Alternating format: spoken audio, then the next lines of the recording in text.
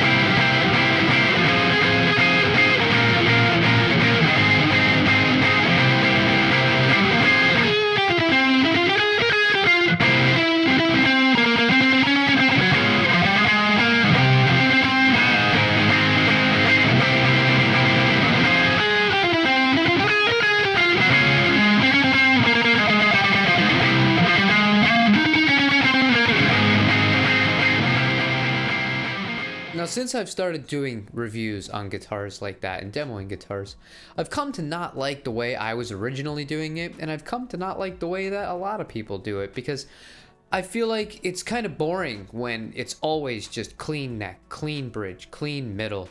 I kind of wanted to take a little bit more, leadway here and play some stuff that I thought just sounded good on it, and quite frankly, this Quad Cortex, it is superb. And if not for one small issue, I would mark this as flawless. The only problem is, I don't even know how well it's going to show this here.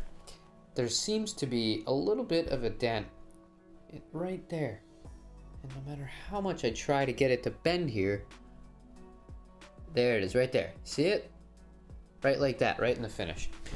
That's the only thing wrong with this guitar. Other than that, this thing doesn't have a scratch really on it. This is a fantastic instrument.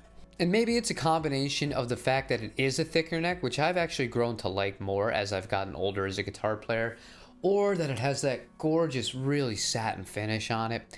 I love this neck. I was telling my wife earlier, if I could take my 65 reissue Jazzmaster and take this to a shop and say, can you please just make that neck feel like this neck, I would be in absolute heaven. And she didn't understand what I was talking about. She felt them back to back. She goes, oh, she's like, I get it. And yeah, it's just a preference thing, but this is so easy to play. And I feel like maybe because it is a U, it does feel like the fretboard is a little bit longer. This does have the modern radius. It's a 9.5 compared to the vintage style ones, which is 7.25.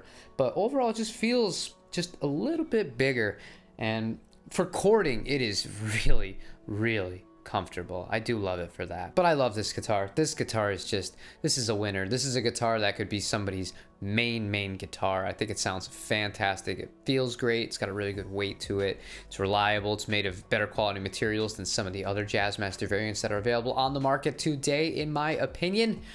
And other than that, the only bad thing about these guitars, and that's all Fender Japan when you're not getting a hard case, the gig bag on it is just, I could leave it. It almost might as well not ship with a gig bag. But outside of that, I mean, I have nothing but good things to say, and I have no complaints in regards to this specific instrument.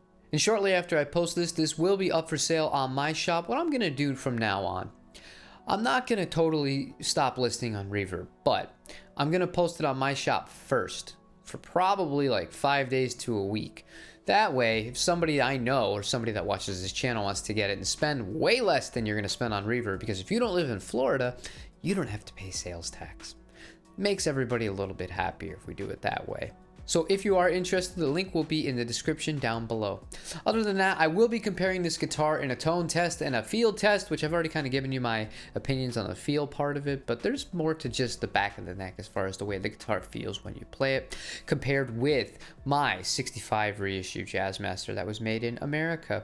Other than that, tomorrow's episode is would I rebuy this guitar, and then we got a whole week of Quad Cortex stuff and a few other little things, including my first video in a segment of made in Japan specific information. So you guys asked for it, I'm gonna deliver it for you guys. If you like what I'm doing, leave me a like, blah blah blah. I'll see you guys tomorrow. Take care.